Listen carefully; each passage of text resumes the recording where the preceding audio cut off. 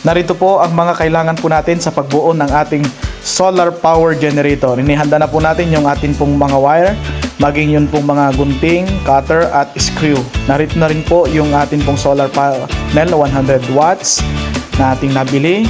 At narito na rin po yung ating 12 and 12 na dalawang battery at yun pong ating pong inverter as solar charge controller po. Yan ang kailangan po natin sa pagbuo ng ating pong solar power generator.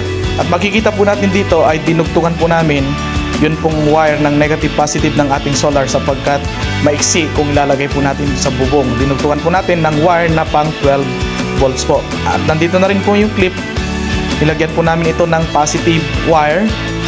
Ayan po, makikita po natin at lalagyan din po namin yung isa ng for negative wire po natin para po ito sa ipit po na ilalagay natin sa battery na nakadugtong naman po ito sa atin pong ating solar charge controller. Kung makikita po ninyo dito, nandito po yung positive na negative, nakahanda na rin po.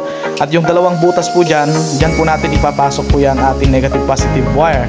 Kailangan po para maipasok yan ay kailangan po natin ng screw para po lumuwag po itong butas na ipapasok po natin.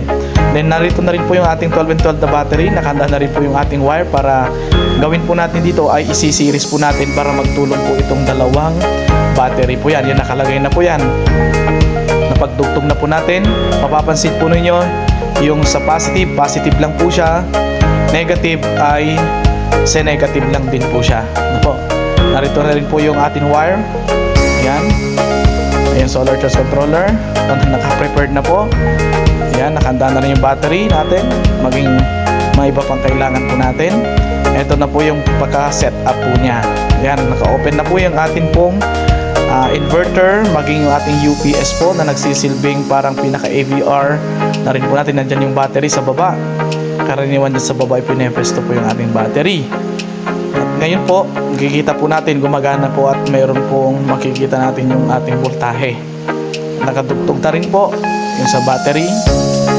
Ayan, nakaipit na po hanggang sa ating solar charge controller po. Mapapansin po natin, kinakargahan po ng solar panel yung ating pong battery. Ayan, yung solar charge controller, yan po ang nagsisilbi para po i-control yung pumapasok po na voltahe mula po sa solar. Ayan, naka-open na po. Nakitang-kita po natin, napakalakas po yung electric fan galing po sa ating pong inverter. Yan, mati yung 60 watts po na fan ay kaya po niya. Maging yung ilaw po natin ay easy po sa kanya. Napakaganda po, kaya ito po ang kailangan po natin para sa atin pong buhay.